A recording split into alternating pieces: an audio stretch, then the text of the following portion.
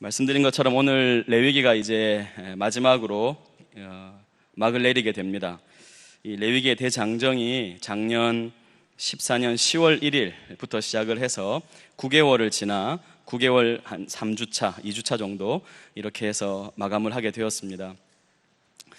여러분들은 이 레위기 강해를 들으시면서 어떠셨는지 잘 모르겠습니다. 제가 이렇게 그 9개월을 돌아보니까 2달에 한 번꼴로 해서 한 4번 정도 이렇게 설교를 했더라고요. 첫 번째 2장 소재를 제가 했었고요. 그리고 13장에 피부병을 다루었고, 또 18장에 가증한 풍속에 대해서 아주 위기였는데 이 설교를 잘 이렇게 나름 넘어가지 않았나 생각이 좀 듭니다. 그렇게 이제 저희가 설교를 해오면서 참 우리 목사님들 개인으로도 참 귀중한 시간이었다고 이렇게 생각이 되고, 제 개인적으로도 참 많이 이렇게 설교에 대해서 다시 생각하고 또 겸손해지는 좀 그런 시간을 가진 것 같습니다. 우리 성도님들께는 좀 유익했는지 모르겠습니다. 앞으로 사실 레위기를 여러분 신앙생활 하시면서 이 전체를 강해를 들을 수 있는 날이 얼마나 될까 한번 생각해 보면 여러분 그냥 이렇게 지나가지 마시고 저희 홈페이지에 이게 다 올라가 있으니까 꼭 레위기를 다시 한번 읽으시면서 또 반복하고 복습하고 그러실 수 있으면 좋겠다, 이런 생각이 좀 들었습니다. 오늘은 우리가 27장을 좀 살피려고 하는데요. 먼저 이제 27장에 대한 이야기를 시작하면서 27장이 과연 레위기의 결론으로 적합한가 하는 그런 질문으로부터 좀 시작을 해보고 싶습니다. 여러분 26장의 마지막 절을 한번 보십시오. 46절을 보시면 이것은 여호와께서 시내산에서 자기와 이스라엘 자손 사이에 모세를 통하여 세우신 규례와 법도와 율법이니라, 이렇게 해서 레위기가 맞춰지는 것 같은 그런 느낌이 들었습니다. 또 그도 그럴 것이 26장은 특별히 이제 하나님께서 율법을 주시고 그 율법을 잘 지켰을 때 상은 무엇이고 또 그것을 지키지 못했을 때 벌은 무엇인가 하는 것을 말씀해 주셨기 때문에 이것이 레위기를 닫는 그 마지막 문으로 아주 적합한 것 같은데 아직 27장이 하나 남아있다 하는 것이 많은 학자들에게도 좀 의문이었던 것 같습니다. 그래서 여기에 대해서 좀 진보적인 학자들은 그래서 좀 후대에 첨가된 것이 아닌가 이렇게 설명하기도 하였지만 저희는 그렇게 생각하지 않고 어떻게 보면요, 논리적인 이런 기교를 따라가다 보면 아주 적합한 그런 27장의 배치가 아닌가 이렇게 생각이 되는데요. 왜 그런가 하면 여러분 26장의 상과 벌은 이제 하나님께서 하나님 편에서 이제 내가 미래에 너희에게 이렇게 행할 것이다, 어떻게 하나님 편에서의 서원이라고 말할 수 있습니다. 그렇다면 이제 인간들이 반응을 하는 것이 합당하겠지요. 그래서 27장은 거기에 대해서 하나님이 강압하시거나 강요하는 게 아니라 자발적으로 자신들이 하나님 앞에 서원을 하는 그런 모습으로 이렇게 마감이 되고 있습니다. 그래서 이 서원을 할 때 어떻게 해야 될 것인가, 서원을 할 때 주의사항은 무엇이고 서원한 자들에게 치루어야 할 대가는 무엇인가 하는 것들이 27장에 이렇게 소개되고 있습니다. 여기 보면 결론적으로 하나님은 서원을 하되 서원을 남발하지 말아야 한다, 그리고 신중하게 지키고 특별히 서원을 했다면 반드시 그것을 이행해야 한다 하는 것을 아주 여러 무거운 짐들로서 이렇게 설명을 해주시고 계십니다. 여러분 서원은 왜 하는 것입니까? 혹시 여러분 그 서원 이러면 뭐 특별히 자기가 이제 목회자로 선교사로 헌신할 때 서원 이렇게 좀 생각을 할 경우가 많은데, 서원과 동일한 말은 맹세입니다. 맹세. 그러니까 하나님 앞에서 받은 은혜가 감사할 때 특별히 하나님, 제가 이번에 받은 은혜에 감사해서 하나님께 좀 이렇게 해드리고 싶습니다 라고 약속하는 것, 그것이 서원입니다. 작게는 그렇게 시작하고 또 많게는 자신을 하나님께 드려버리는 것이죠. 그래서 자신의 전생애를 하나님의 그 풀타임 사역자로 드린다든지 그런 것도 서원에 해당한다고 하겠습니다. 근데 이제 그 서원은 이제 특별히 어떤 경우에 사람들이 서원을 많이 하는가 이렇게 생각을 해보면 여러분 어떨 때 사람들이 서원을 많이 할 것 같으십니까? 좋을 때 서원을 많이 할 것 같으세요? 힘들 때 서원을 많이 할 것 같으세요? 공경에 처했거나 그 아주 위기의 상황에 있을 때 구원을 바라는 수단으로 하나님께 좀 모험하듯이 그렇게 기도하는 것, 그것이 서원일 수 있겠습니다. 그리고 보호와 성공과 축복을 강구하는 수단으로 그렇게 쓰는 것이 서원이지요. 그래서 여러분 구약의 이런 서원을 한 예를 보면 별로 이렇게 좋은 예가 없습니다. 좋은 예로 본다면 우리가 사무엘상에서 이렇게 좀 살펴볼 때 한나가 사무엘을 하나님께 드리기로 서원을 하지요. 그런 건 아주 좋은 서원에 이렇게 해당하겠습니다. 근데 조금만 더 가다 보면 저희가 이제 목사님 통해서 그 말씀을 같이 나누었습니다만은 특별히 그 14장에서 사울이 블레셋과 전투를 할 때 잘못된 서원을 하죠. 맹세를 합니다. 뭐라고 합니까? 이날에 이스라엘 백성들이 피곤하였는데 이는 사울이 백성에게 맹세시켜 경계하여 이르기를 저녁 곧 내가 내 원수에게 보복하는 때까지 아무 음식물이든지 먹는 사람은 저주를 받을 것이다. 이렇게 맹세를 했단 말이죠. 그 블레셋을 맹렬히 공격을 하는데 백성들이 허기가 져가지고 그 더 물리칠 수 있는 적을 물리치지를 못하고 또 자기의 아들인 요나단이 꿀을 찍어 먹는 이런 실수를 범하기도 하였습니다. 그러면서 이 잘못된 맹세가 얼마나 그 이스라엘에게 아주 위기에 처하게 했는가 하는 것을 우리가 잘 살펴봤었지요. 이 맹세란 것이 그렇게 위험한 것입니다. 블레셋에게 이기고 싶었으니까 또 자신의 어떤 그 자신을 한번 드러내고 싶은 그 사울의 모습이 여기서 드러난다 하겠습니다. 그리고 또 여러분 혹시 기억나시는 서원이 있으십니까? 사사기에 보면 입다라는 사람이 있습니다. 사사 중에 입다가 그 암몬과의 전투에서 승리하고 싶어가지고 서원을 하죠. 뭐라 그럽니까? 내가 승리하고 돌아올 때 제일 먼저 나를 맞이하는 그 사람을 하나님께 제물로 번제물로 바치겠다. 여러분 하나님 그런 거 하라 했습니까? 안 하라 했습니까? 안 하라고 했죠. 그 시대가 무슨 시대였어요? 사사기 시대. 사사기 시대 특징이 뭡니까? 그들에게 왕이 없으므로 각자 소견에 옳은 대로 행했다. 그게 사사기 시대의 특징인데 입다가 그렇게 한 거예요. 사사인데 이 사람이 그런 서원을 해버린 거예요. 그렇게 승리하고 돌아왔는데 누가 나왔습니까? 자기 딸, 무남 동녀인 자기 딸이 아버지 승리했다고 막 소고를 치면서 춤을 추고 있는데 자기 딸을 그렇게 번제를 바쳐야 되는 그런 일이 일어난 것이죠. 이 잘못된 서원의 예들입니다. 그러니까 여러분 서원은 사람들이 특별히 이런 어려움에 처했을 때 하나님께 하나님 이번에 이것만 좀 되게 해주시면 제가 정말 이렇게 할게요. 우리들도 그런 거 많이 하지요.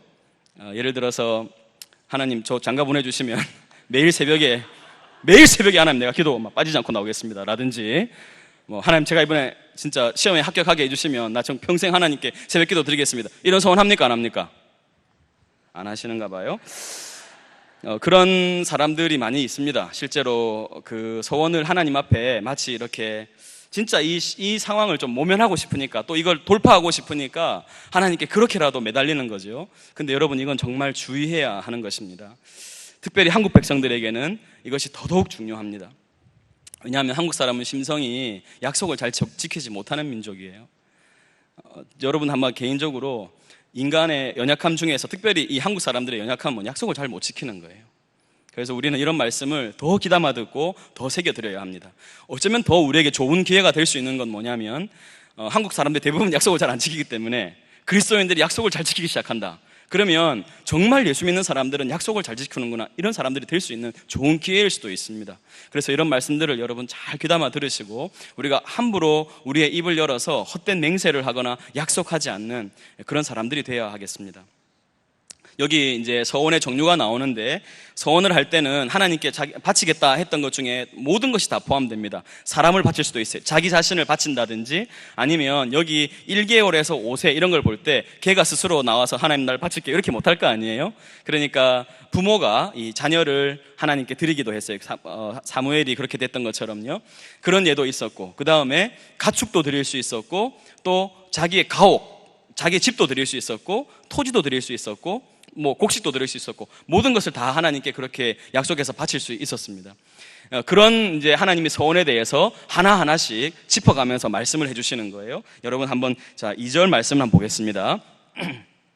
2절을 보시면 이스라엘 자손에게 말하여 이르라 만일 어떤 사람이 사람의 값을 여호와께 드리기로 분명히 서원하였으면 너는 그 값을 정할 것인데 내가 정한 값은 20살로부터 60살까지는 남자면 성소의 세겔로 은 50이고 여자면 그 값을 30세겔로 해라 이렇게 되어 있는데 한번 저를 좀 봐주십시오. 이게 사실 저도 좀 이 말씀을 27장을 가지고 굉장히 오랜 시간 생각하고 묵상을 했는데 묵상을 하면 할수록 모르겠더라고요.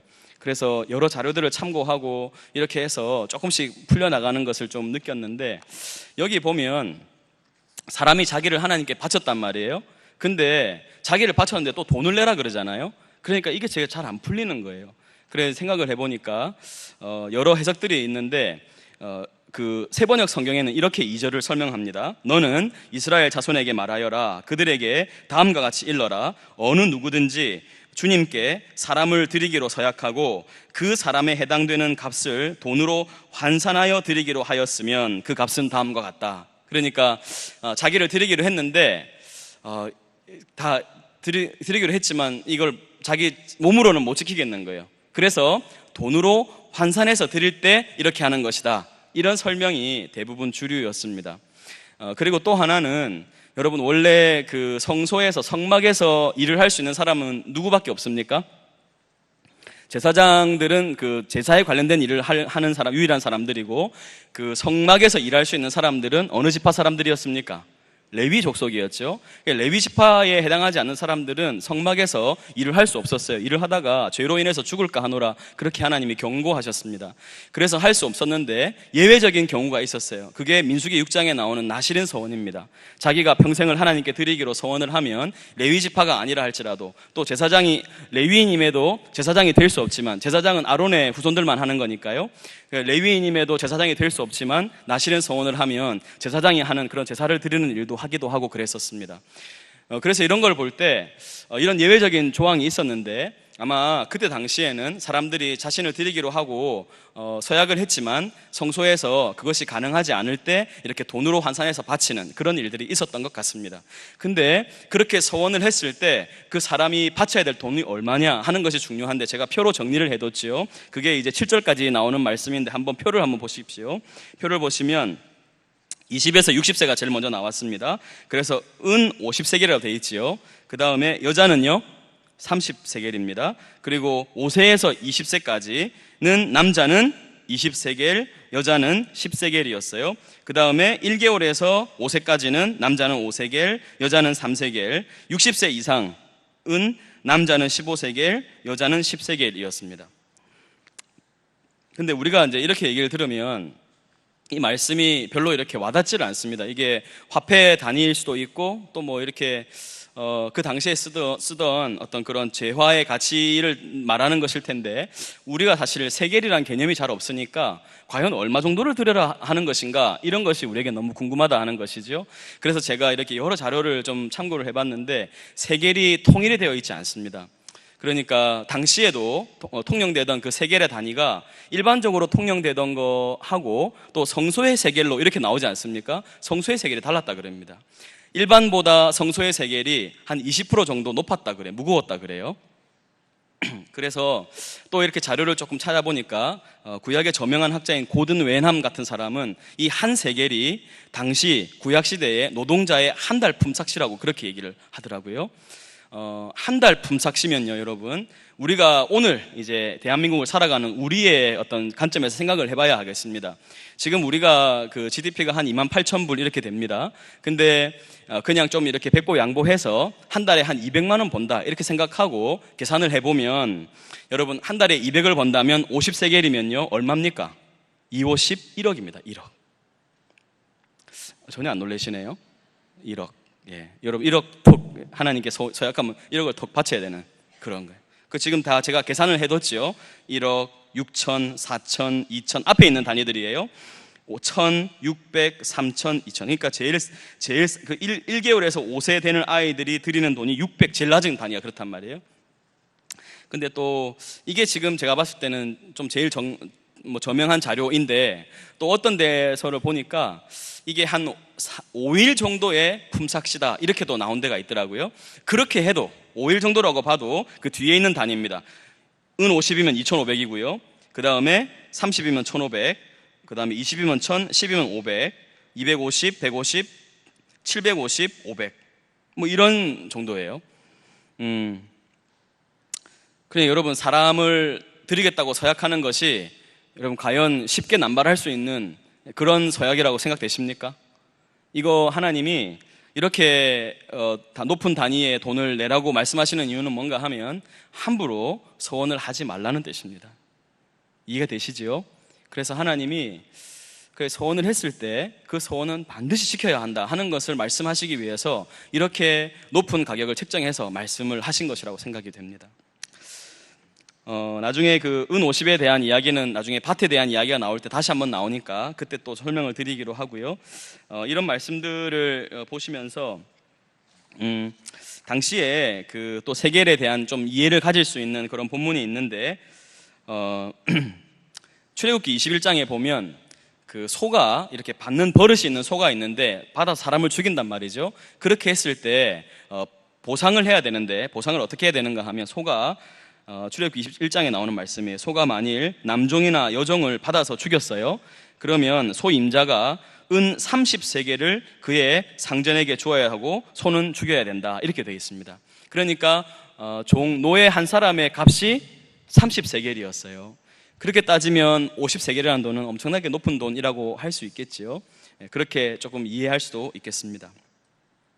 근데 우리가 이제 그 은 50이라 이렇게 했을 때 요즘에 이렇게 그 시세로 생각하면 은 한 돈이요 3.75g입니다. 3.75 금이나 은이나 한 돈이 3.75g인데 이 세겔이 한 세 돈 됩니다. 세 돈. 그러니까 지금 생각하면 화폐 가치로는 굉장히 낮은 돈이라고 생각할 수 있는데 고대 이렇게 그 사회에서는 은이 금보다 더 귀한 때도 있었고 또 이 은에 대한 가치가 계속 상이했기 때문에 아마 이 그 연구 자료들도 아마 이렇게 통일이 못 되고 있긴 하겠지만은 제가 볼 때 더 중요한 건 뭐냐면 그런 어떤 돈이 얼마냐 이런 것보다 더 중요한 건 하나님이 그 서원을 지키는 것을 그만큼 중요하게 생각하셨다 하는 것을 우리는 이렇게 마음속으로 가지면 되겠습니다. 제가 일부러 사실 정확하지도 않은 추정치지만은 이렇게 여러분에게 드린 건 이렇게 하나님이 우리가 한 서원에 대해서 얼마나 강하게 생각을 하시는가 하는 것을 여러분이 좀 인식하셨으면 하는 마음에서 그렇게 일부러 표로 만들어서 내어드렸습니다. 정확하진 않을 수 있으니까 그냥 참고만 하시면 되겠습니다. 근데 이제 이런 높은 돈이 되다 보니까 8절을 한번 보시면요. 우리가 8절을 같이 한번 읽어보겠습니다. 8절 같이 한번 읽겠습니다. 그러나 서원자가 가난하여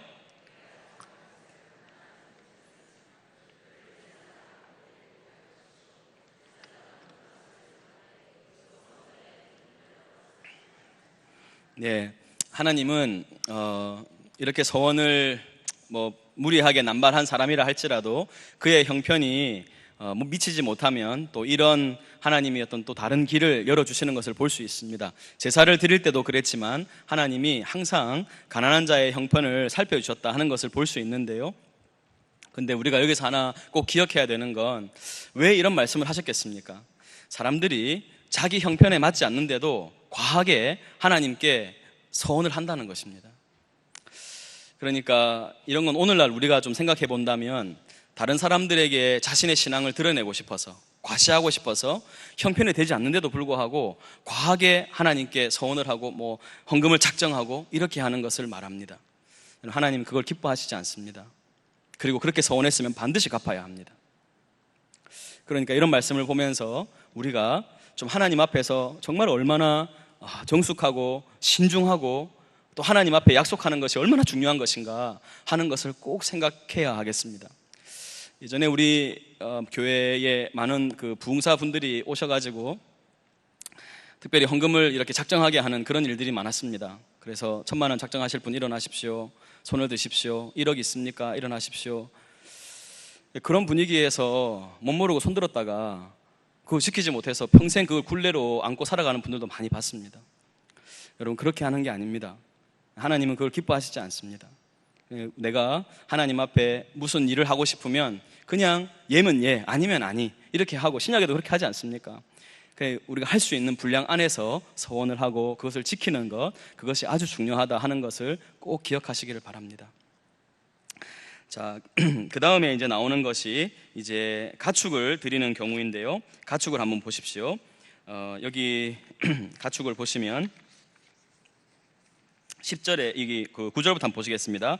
사람이 서원하는 예물로 여호와께 드리는 것이 가축이면 여호와께 드릴 때는 다 거룩하니 그것을 변경하여 우열간 바꾸지 못할 것이요 혹 가축으로 가축을 바꾸면 둘 다 거룩할 것이며, 이렇게 되어 있는데 10절 말씀 설명을 좀 해드린다면, 이제 서원을 할 때 하나님 정말 저에게 이번에 이런 일을 해주시면 저 죄를 드릴게요, 하나님께 약속을 했단 말이에요. 근데 뭐 그때는 하나님께 드리기 약속할 때 그게 정한 짐승이든 부정한 짐승이든 관계가 없었어요. 여러분, 정한 짐승, 부정한 짐승, 이 개념은 이해가 되시죠? 그 레위기 11장에 보면 먹을 수 있는 짐승과 먹을 수 없는 그 음식이 있었어요. 짐승이 있었는데 그거 하나 1차적인 거고, 그 다음에 하나님께 드릴 수 있는 제물 중에서도 부정한 제물이 있었습니다. 우리가 레위기 22장으로 잠깐 가보겠습니다. 레위기 22장.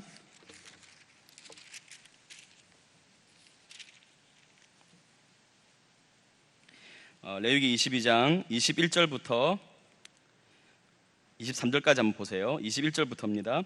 만일 누구든지 서원한 것을 갚으려 하든지 자의로 예물을 드리려 하여 소나 양으로 화목 제물을 여호와께 드리는 자는 기쁘게 받으심이 되도록 아무 흠이 없는 온전한 것, 이게 이제 정한 것입니다. 드리는데, 근데 이제 부정한 게 뭐냐면 눈먼 거, 상한 거, 지체에 배임을 당한 거, 종기 있는 거, 습진 있는 거, 비루 먹은 거, 그거 드리지 못하고요. 그 다음에 23절 보시면 소나 양의 지체가 더하거나 덜하거나 한 것은 드릴 수 없고, 자원 제물로는 쓰려니와 서원 제물로 드리면 기쁘게 받으시면 되지 못한다. 그 다음에 24절 보세요. 고환이 상하였거나 치였거나 터졌거나 배임을 당한 것은 여호와께 드리지 말며 너희의 땅에서는 이런 일을 행하지 말아라. 이렇게 나오고 있습니다. 이제 다시 넘어가겠습니다. 원래 본문으로 넘어가셔서, 그래서 하나님께 처음에 하나님 이번에 이렇게 해주시면 저 죄를 드릴게요, 내 동물 중에서 죄를 드릴게요 했는데 막상 드릴 때가 돼서 딱 보니까 이제 얘가 너무 좋은 동물인 거예요. 그래서 순간 아까운 생각이 드는 겁니다. 그랬을 때 이 그 서원자가 꾀를 내 가지고 뭐 하나님 뭐 모르시겠지 이래서 바꿔치기를 한다, 이러면 안 된다는 겁니다. 우열간에 바꿔치기를 하면 둘 다 거룩하게 되어가지고 하나님께 두 마리를 다 드려야 된다, 이렇게 말씀을 하고 있습니다. 그 다음 말씀 볼게요. 11절 보세요. 부정하여 여호와께 예물로 드리지 못할 가축이면 그 가축을 제사장 앞으로 끌어가고 제사장은 우열간의 값을 정해서 그 값이 제사장의 정한 대로 될 것이고, 만일 그가 그것을 물으려면, 다시 살려면 내가 정한 값에 얼마요? 5분의 1을 더해야 된다. 이번에 그 5분의 1이면 20%인데요. 우리가 그 레위기를 보면서 이 어떤 때 20%를 더 물어야 된다 하는 것을 보신 적이 있을 거예요. 기억나시나요? 그게 언제였습니까? 속건제 할 때. 그러니까 다른 사람의 피해를 줬을 때 갚아줄 때는 20% 더해서 갚아줘야 된다 하는 그런 것이 있었는데, 똑같이 그런 조항이 나와 있습니다. 그래서 가축을 드릴 때 이런 조항들이 있었습니다. 근데 이제 그 이스라엘 역사에 보면 이제 하나님 앞에 이 백성들이 떠나기 시작하고 그들이 포로 잡혀갔다가 다시 돌아와서 다시 성전을 이렇게 수축해가지고 하나님께 이렇게 제사를 지내는 것이 다시 회복이 됐는데, 근데 그때 말라기서를 읽어보니까 이런 말씀이 나오는 거예요. 말라기서 1장에 보면 만군의 여호와가 이르노라 너희가 눈먼 희생 제물을 바치는 것이 어찌 악하지 아니하며 저는 것 병든 것을 드리는 것이 어찌 악하지 아니하냐. 이제 그것을 너희 총독에게 드려보라. 그가 너를 기뻐하겠으며 너를 받아주겠느냐. 이렇게 말씀을 했어요. 그러니까 이스라엘 백성들이 하나님께 뭘 드렸다는 거예요? 하나님이 드리지 말라고 한 부정한 것들을 하나님께 드렸다는 거예요. 보고 저희는 어차피 못 쓰는 거니까 하나님께 드리자, 이래서 버리듯이 하나님께 드리는 거예요. 하나님 그거 싫어하시는 겁니다. 그래서 이런 것들을 여러분 가축을 드릴 때의 그런 기준이었습니다. 그 다음에 이제 집에 대한 이야기가 나오는데, 집의 봉헌에 관한 것입니다. 다음 말씀을 한번 보십시오. 14절 보세요. 만일 어떤 사람이 자기 집을 성별하여 여호와께 드리려 하면 제사장이 그 우열간의 값을 정할지니 그 값은 제사장이 정한 대로 될 것이고, 만일 그 사람이 자기 집을 다시 살려고 하면 내가 값을 정한 돈에 그 5분의 1을 더할지니 그리해야 자기 소유가 될 것이다. 이렇게 이제 얘기를 하고 있습니다. 그 집은 이렇게 마을에 있는 집은 팔 수가 없었고, 그 레위기 25장에 보면 그 성내에 있는, 성 안에 있는 집들은 판매할 수 있었거든요. 아마 그거와 관련된 그런 말씀인 것 같습니다. 여기는 별로 어려운 게 없으니까요. 여기도 제사장의 역할이 중요했습니다. 제사장이 값을 정하면 그 값이 그 집의 값이 되었습니다. 그러니까 당시에 여러분 제사장들은 뭐도 잘 알아야 됩니까? 예, 부동산도 잘 알아야 되는 이제 그런 역할이었다고 생각이 돼요. 제사장이 그 당시에 모든 영역에서 이런 지도적인 역할을 했던 것 같습니다. 그 다음에 17절 이제 밭의 봉헌인데요. 밭을 보면 17절 보시면 만일 그가 그 밭을 16절입니다. 만일 어떤 사람이 자기 기업된 밭 얼마를 성별하여 여호와께 드리려 하면 마지기 수대로 내가 값을 정하되 보리 한 호멜지기에는 은 50세겔로 계산할지며. 이제 이런 게 성경을 읽으면서 좀 어려운 부분이죠. 안 어려우십니까? 저는 이제 다른 이제 뭐 본문은 이렇게 묵상하고 큐티하고 생각하면 이게 무슨 말인지 알겠지만, 이런 말은 사실 묵상을 오래 한다고 해서 깨달을 수 있는 말씀이 아니잖아요. 그래서 이렇게 설명이 필요한데, 여기 이제 보시면은 어떤 사람이 밭을 이제 하나님께 드리기로 했단 말이에요. 근데 여러분 그 토지 나중에 나누는 거 보면 알겠지만, 자기 토지는요 남에게 이렇게 잠깐 팔거나 이렇게 뭐 할 수 있지만 반드시 희년이 되면 돌아옵니다. 그래서 토지가 이렇게 다른 사람에게 넘어가지 않도록 하나님이 그렇게 해두셨는데, 이 사람이 서원을 할 때 자기 밭을 바치겠다고 서원을 한 거예요. 아마 뭐 다른 게 없었는지 하여튼 밭을 바치겠다 한 거예요. 그랬을 때는 이렇게 한 것 같아요. 밭은 자기가 경작을 하는데 거기에서 나오는 소출로 계속 이렇게 하나님께 드렸던 것 같아요. 근데 여기 이제 그 값을 정할 때 값을 정하는 기준이 뭔가 하면, 이 보리 한 호멜지기를 뿌릴 수 있는 밭의 크기, 이렇게 이제 얘기를 하는데, 여기 한 호멜이 220리터입니다. 한 호멜이 220리터요. 이게 이제 이런 부피에 대한 어떤 단위가 또 이렇게 좀 어려운 부분인데, 우리가 그 만나 할 때 있잖아요. 만나 배울 때 만나를 가져올 때 한 사람당 얼만큼 가져온지 기억나십니까? 몰라도 괜찮습니다. 너무 놀라시지 마세요. 나 왜 이걸 모르지 막 이런 표정들이신데, 한 사람당 한 오멜을 거뒀습니다. 거기는 오멜이에요. 오멜. 호멜이 아니고 오멜이에요. 이게 사실 좀 헷갈립니다. 그래서 오멜은 2.2리터입니다. 2.2리터. 그래서 이게 10개 모이면 한 에바가 돼요. 한 에바. 또 에바가 10개가 모이면 호멜이 됩니다. 자, 한번 따라서 해볼래요? 오멜, 에바, 호멜. 그래서 이게 이제 10분의 1 단위인데, 그러니까 2.2리터, 한 에바는 22리터, 한 호멜은 220리터가 되는 거예요. 그러니까 밭에 이 220리터의 씨를 뿌릴 수 있는 정도의 크기의 밭 있잖아요. 그것이 은 50세겔이다, 이렇게 한 겁니다. 이해가 되십니까? 되면 된다, 안 되면 안 된다 얘기를 해주세요. 밭의 값을 정할 때 220리터의 보리 씨를 뿌릴 수 있는 만큼의 그 밭이 은 50세겔이라고 그렇게 정했다는 거예요. 근데 이게 항상 그 토지는 이스라엘 백성들은 그 희년을 기준으로 계산을 했습니다. 그러니까 50년 동안 50세겔이었어요. 그러면 1년에 한 세겔이죠. 1년에 한 세겔. 그러니까 220리터 씨를 뿌려가지고 거둘 수 있는 양이 1년에 1세겔이었단 말이에요. 그렇게 따지면 아까 그 세겔이라는 것도 약간 개념이 이해가 좀 될 수 있죠. 그죠? 그 한 세겔을 1년에 거뒀으니까 이게 작은 단위가 아니라는 겁니다. 근데 제가 농사를 안 지어봐가지고 제가 좀 약간 이걸 하면서 진짜 농사 지으신 분에게 좀 묻고 싶었는데, 220리터의 씨를 뿌리면 과연 얼마만큼 수확할 수 있는가, 이게 좀 궁금했고, 근데 또 어떤 자료에는요, 씨가 아니고 거두는 양이 220이다 이렇게 말하는 데도 있었습니다. 그래서 220 정도의 보리를 거두면, 220리터 정도의 보리를 거두면 그건 얼마나 되는 건가, 이런 개념이 잘 안 들어오니까 이런 말씀이 좀 어렵더라고요. 혹시 농사 지으는 분들 중에 이게 개념이 좀 서시는 분들은 저한테 좀 알려주시면 좋겠어요. 그렇게 하면 좀 훨씬 더 이해가 넓어질 것 같습니다. 이제 대충 이해가 되시죠? 그죠? 밭이 그렇게 값이 매겨졌다는 거예요. 계속 보십시오. 말씀 보겠습니다. 17절 보겠습니다. 만일 그가 그 밭을 희년부터 성별하여 드렸으면 그 값 50세겔을 드릴 것이고, 만일 그 밭을 희년 후에 어느 땐가 드리면요, 제사장이 다음 희년까지 남은 연수를 따라서, 만약에 아까 50이었으니까 10년 지난 시점이다. 그러면 얼마예요? 40세겔. 그 다음에 20년 지났다? 30세겔. 뭐 이렇게 되는 것 같았어요. 정한 값에서 그 값 상당하게 감할 것이고, 만일 19절 만일 밭을 성별하여 드린 자가 그것을 다시 가져오려고 하면 네가 값을 정한 돈의 5분의 1, 20%를 더해서 내야 할 거다. 그래야 하면 그것이 자기 소유가 될 것이다. 이렇게 되어 있습니다.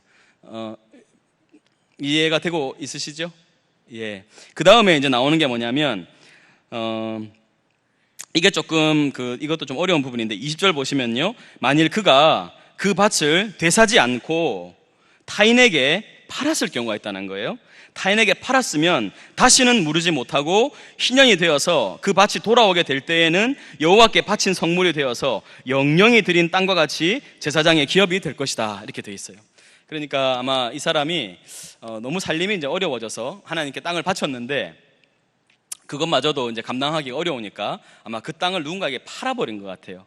근데 이게 이렇게 자료를 보니까 하나님께 드린 것이다 이런 말을 하지 않고 자기 마음대로 팔았다, 이런 경우 같아요. 그러니까 이 사람이 나중에 희년이 되어도 그 밭을 가질 수가 없고 그것은 제사장의 것이 된다, 이렇게 설명을 하고 있는 것입니다. 자, 그 다음에 또 어떤 경우가 있는가 하면 22절 보세요. 만일 사람에게 샀고 자기 기업이 아닌 밭을 여호와께 성별하여 드렸다, 이런 경우에는 자기가 자기 땅이 아니고 다른 이제 산 땅을 이렇게 바치면요, 이 사람은 모세가 값을 정하고요, 제사장은 그를 위하여 희년까지 계산해서 내가 값을 정한, 모세가 정한 그 돈을 그날에 여호와께 드려서 성물로 삼아야 한다. 그가 판 밭은요, 희년에 그 판 사람 곧 그 땅의 원주인에게로 되돌아간다. 또 내가 정한 모든 값은 성소의 세겔로 하되 20게라를 한 세겔로 할지니라, 이렇게 이제 되어 있습니다. 이제 만약에 자기가 소유한 밭이 아니고 남에게서 산 밭 같은 경우에는 하나님께 드릴 수 있는데 그 드리더라도 그 땅에서 나는 소출을 계산해가지고 그 값을 하나님께 드리라고 이렇게 이야기를 하고 있습니다. 이게 이제 그 오늘날 우리의 문화하고는 너무 동떨어져 있는 것이라서 제가 이렇게 좀 설명을 해드린다고 했지만 얼마만큼 좀 이해가 되실지 모르겠습니다. 어쨌든 이렇게 이제 나오고 있고요. 그 다음부터 좀 나오는 부분은 하나님께서 이건 내 거다라고 말씀을 하시는 부분인데 그게 처음 난 가축과 11조에 관한 겁니다. 26절 보십시오. 오직 가축 중에 처음 난 것은 여호와께 드릴 첫 것이라 소나 양은 여호와의 것이니 누구든지 그것으로는 성별하여 드리지 못할 것이며 만일 부정한 짐승이면 내가 정한 값에 그 5분의 1을 더하여 물을 수 있고 만일 무르지 아니하려면 모세 너가 정한 값대로 팔아라, 이렇게 되어 있습니다. 자, 여러분 들어보십시오. 이제 그 가축 중에서 처음 난 거는 다 하나님의 것이다, 이렇게 하나님이 선언하셨어요. 그러니까 이거는 서원 문제가 아니고 이건 하나님의 소유라고 이렇게 말씀을 하시는 겁니다.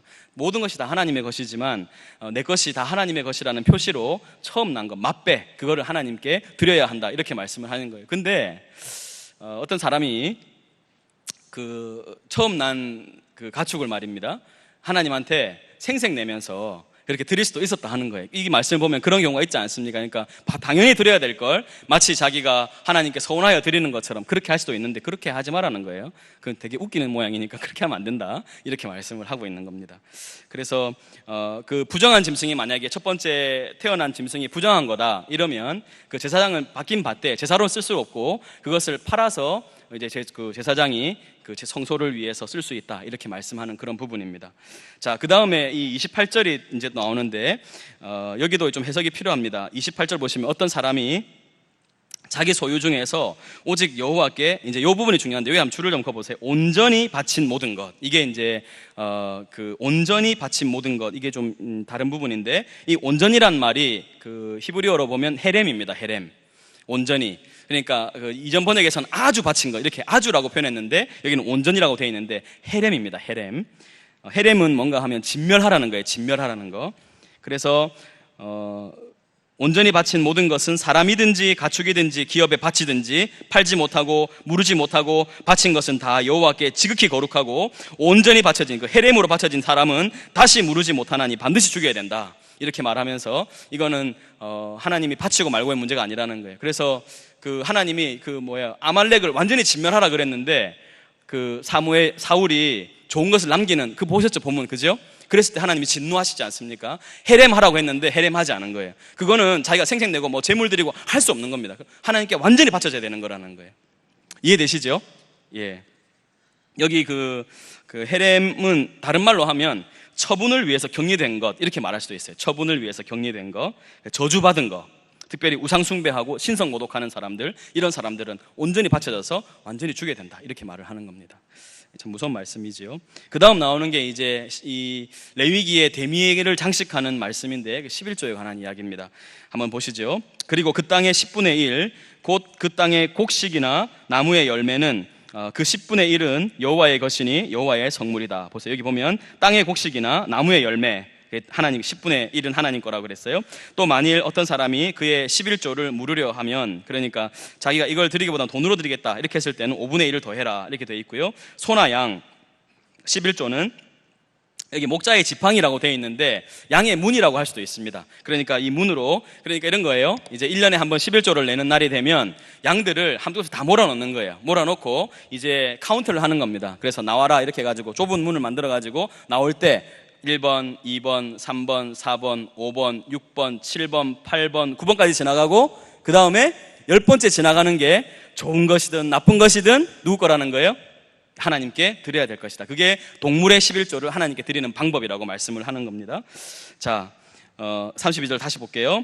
모든 소나 양의 11조는 목자의 지팡이 아래로 통과하는 것의 10번째 것마다 여호와의 성물이 될 것이다. 여기도 마찬가지, 그 우열을 가리거나 바꾸거나 하지 말라. 바꾸면 둘 다 거룩하리니 무르지 못할 것이다. 이것은 여호와께서 시내 산에서 이스라엘 자손을 위하여 모세에게 명령하신 계명이니라.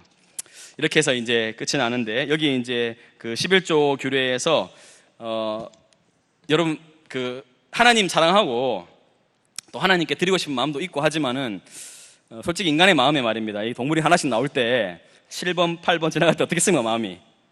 9번 딱 지나가고 10번에 뭐가 나오면 좋아요? 여러분 양심껏 얘기해 보시죠. 뭐가 나오면 좋습니까? 실하고 토실토실하고 집에서 제일 좋은 동물이 나오면 좋습니까? 아니면 연약하고 삐쩍 마르고 막 이런 게, 연약한 게 막 10번째 막 나오면 좋습니까? 뭐가 제일 좋으세요? 이게 우리의 믿음을 시험하는 것이죠. 하나님이 그것을 우열을 가리거나 바꾸거나 하지 말라는 거예요. 근데 안 좋은 게 나왔는데 좋은 걸 바꾸는 사람이 있을까 생각할 수 있지만, 진짜 어떤 사람은 10번째 게 너무 안 좋은 게 나왔단 말이에요. 그러면 하나님한테, 하나님 저 이거 못 드리겠습니다, 하나님 제가 다른 거 드릴게요 하고 바꿀 수 있다는 거예요. 바꾸면 10번째 것도 하나님께 되고 자기가 드리고자 하는 것도 하나님께 되는 거예요. 그런 사람도 있었다는 거예요. 여러분, 이렇게 하나님 믿는 사람들이, 다양한 사람들이 있습니다. 여러분은 어떤 사람이 되고 싶으세요?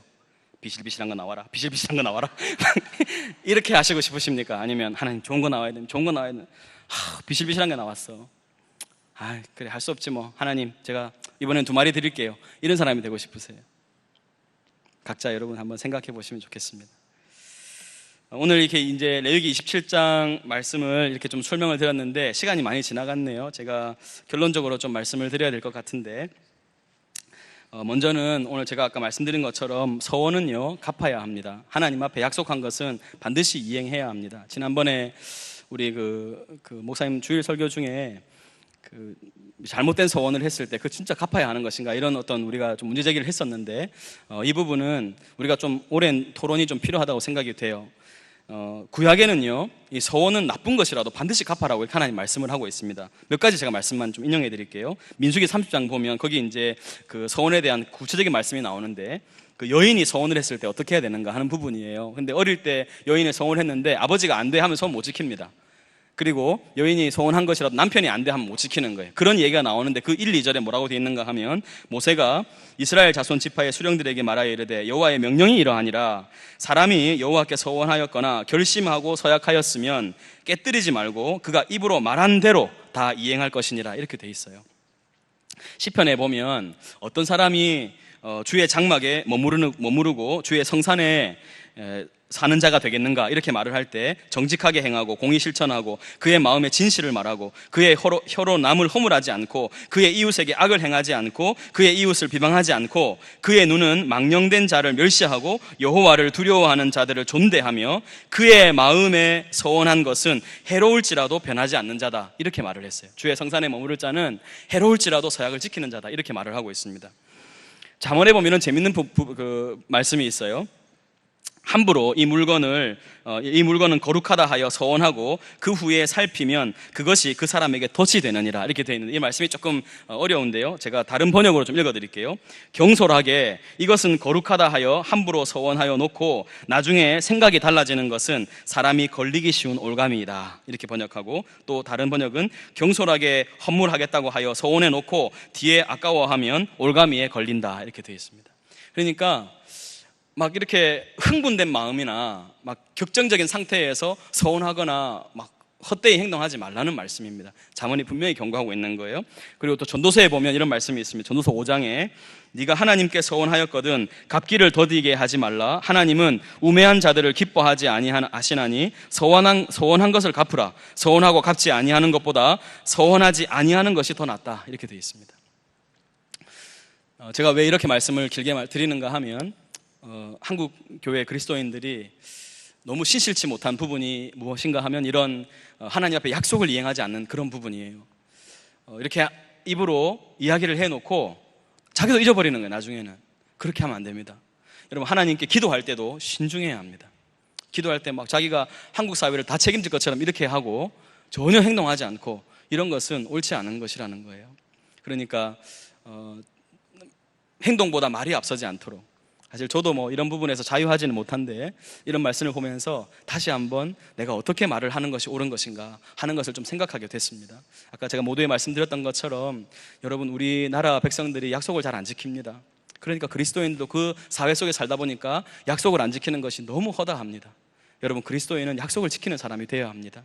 하나님께 약속하는 것도 마찬가지이지만 인간 사이에서 약속을 지키는 것, 그것도 하나님과 약속하는 것만큼 중요합니다. 하나님은 늘 이렇게 생각하세요. 네가 사람과 약속을 지키지 않는데 어떻게 하나님과 약속을 지키겠냐, 이렇게 생각하십니다.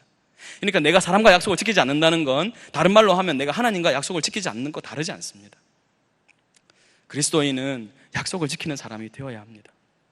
우리 한국 사회 초창기에는 그랬다 그러더라고요. 저분이 그리스도인이야 이렇게 말하면 믿음이 가고 신뢰가 됐다는 거예요. 근데 지금 여러분 그렇습니까? 여러분 스스로도 그리스도인을 그렇게 생각할 수 있습니까? 좋습니다. 남은 어떻게 하든 말든 상관없잖아요. 우리 자신이 진짜 작은 영역에서부터 약속을 지키는 것. 우리 아이들에게도 너 엄마랑 약속해 이렇게 자꾸 헛되게 약속하도록 만들지 말고 분명히 약속했으면 반드시 지키도록 그렇게 가르쳐야 합니다. 약속을 지키지 않았을 땐 따끔하게 혼내고 그렇게 가르쳐서 우리가 정말 이 입으로 말한 것을 반드시 지켜내는 그런 그리스도인들이 되도록 그렇게 좀 살아갔으면 좋겠습니다. 저는 오늘 좀 11조에 대한 이야기도 좀 하고 싶었는데 너무 시간이 많이 갈 것 같아서 그건 좀 생략하고, 우리가 분명히 하나님의 것에 대한 이해를 가져야 합니다. 하나님의 것은 하나님에게 드리는 것. 물론 여러분, 우리 모든 것이 하나님의 것이죠. 그러나 하나님이 너의 그 하나, 첫 번째 거를 드리면 내가 너의 모든 것을 받은 것으로 하겠다, 그렇게 하신 것이 11조 규례입니다. 여러분, 11조는 법이 아닙니다. 우리가 뭐 11조 안 한다고 구원 못 받냐, 너무 극단적으로 이렇게 얘기하는 사람들이 있는데 그건 아닙니다. 그렇게 말하기는 어렵습니다. 그건 성경적인 어떤 지원을 받기가 힘듭니다. 그런 부분은. 그렇지만 저는 신약 백성들은 11조보다 훨씬 더 큰 요구를 받는다고 저는 생각을 해요. 왜냐하면 신약의 헌금 법칙은 고린도서 9장에 나오는 것처럼 각각 그 마음에 정한 대로 할 것이고 인색함으로나 억지로 하지 말고 하나님은 즐겨내는 자를 사랑하신다. 이게 신약의 법칙입니다. 그냥 우리는 10의 1에 만족하는 게 아니고 10의 2, 3을 해야 되는 사람들이 원래 원칙은. 근데 저는 왜 저에게 너 11조 왜 필요하다고 생각하냐 물어본다면 저는 훈련 차원이라고 생각해요. 여러분, 우리가 하나님을 신뢰하고 하나님을 믿는다는 거 어떻게 드러낼 거예요? 우리가 제일 귀한 건 돈이잖아요. 누가 뭐래도 돈이잖아요. 근데 거기서 10분의 1을 뗀다는 건 정말 살을 뜯어내는 것 같아요. 고통스러운 일입니다. 이게 내 있으면 지금 100만 원 벌 때 10만 원 있으면요, 10만 원 가지고 아이팟 10만 원 가지고 내가 사고 싶은 거 막 얼마나 많아요. 이거 10만 원에서는 청바지 하나 내가 살 텐데, 신발 하나 살 텐데, 구두 하나 새로 바꾸는 건데, 핸드백 하나 바꾸는 건데, 그럴 수 있는 돈이잖아요. 근데 왜 그걸 드려요, 하나님한테? 하나님이 내 삶을 책임지시고 내 모든 것이 하나님이 가서 확인 아닙니까? 11조는 강요한다고 될 수 있는 게 아니라 자원하는 마음으로 해야 되는 겁니다. 한번 여러분 깊이 생각해 보십시오. 정말 내가 하나님을 신뢰하는 사람이라면 내 재정에 대해서, 내 이 돈에 대해서 어떻게 해야 될 것인가? 오늘 우리에게도 이 말씀은 여전히 유효하다고 저는 생각이 됩니다. 마지막으로 하나만 말씀드리고 제가 말씀을 정리하겠는데요. 오늘 저는 이 말씀을 읽으면서 이 제사장들의 책무가 얼마나 중요한가 하는 생각을 계속해서 안 할 수 없었습니다. 여러분, 이 모든 서원의 값을 정하는 사람이 누구였습니까? 제사장이었어요. 제사장이 마음만 먹으면 치부하기 위해서 값을 높게 매길 수 있습니다. 근데 그렇게 하면 하나님의 법이 서질 않아요. 저 자신에게 계속해서 되뇌었습니다. 하나님이 이렇게 제사장들에게 믿고 이런 법칙을 주셨는데 제사장이 하나 중간에 탁 틀어버리면 하나님의 법이 와르르 무너지는 거예요. 하나님이 우리를 그렇게 살라고 지도자로 세우셨는데 우리 마음대로 살아가면 하나님의 법이 하나님 나라 다 무너져 버리는 거예요. 하나님의 나라를 누가 허뭅니까? 사람들이 허무는 거예요. 오늘 내가 지도자로서 내가 하나님 목회의 길에 들어섰는데 어떻게 살아야 될 것인가 다시 한번 좀 깊이 생각하는 그런 시간이 됐습니다. 여러분, 우리는 신약 시대에 모두 왕 같은 제사장들이에요. 우리는 그런 사람들로 하나님께서 세우셨습니다. 제가 요 며칠 사이에 들었던 잊지 못할 한마디 말씀은 뭔가 하면, 베드로 그 전후서의 강해를 이렇게 들으면서 우리가 이제 다음부터 베드로 전후서를 살필 텐데, 거기 보면 우리의 사명이 뭔가 하면요, 우리는 선한 일을 하다가 고난받기로 작정된 사람들이라는 거예요. 선한 일을 하다가 고난받기로 선택된 사람들이라는 거예요. 그게 우리의 부르심이라는 거예요. 우리 그리스도인들이 좀 그런 길을 가면 여러분, 이 나라가 얼마나 달라질 수 있겠습니까? 회의적이고 참 이제 끝났다, 이제 더 이상 뭐 소망이 없어 보인다, 이렇게 말하는 것이 아니고, 우리 각자 개인이 이렇게 하나님 말씀 앞에 바로 서서 하나님 말씀을 실천하기 시작한다면 놀라운 일들이 아직도 여전히 일어날 수 있다고 믿습니다. 여러분, 이런 말씀 꼭 기억하셔서 하나님 앞에 신실한 종들로 살아가는 그런 복된 저와 여러분이 되었으면 좋겠습니다.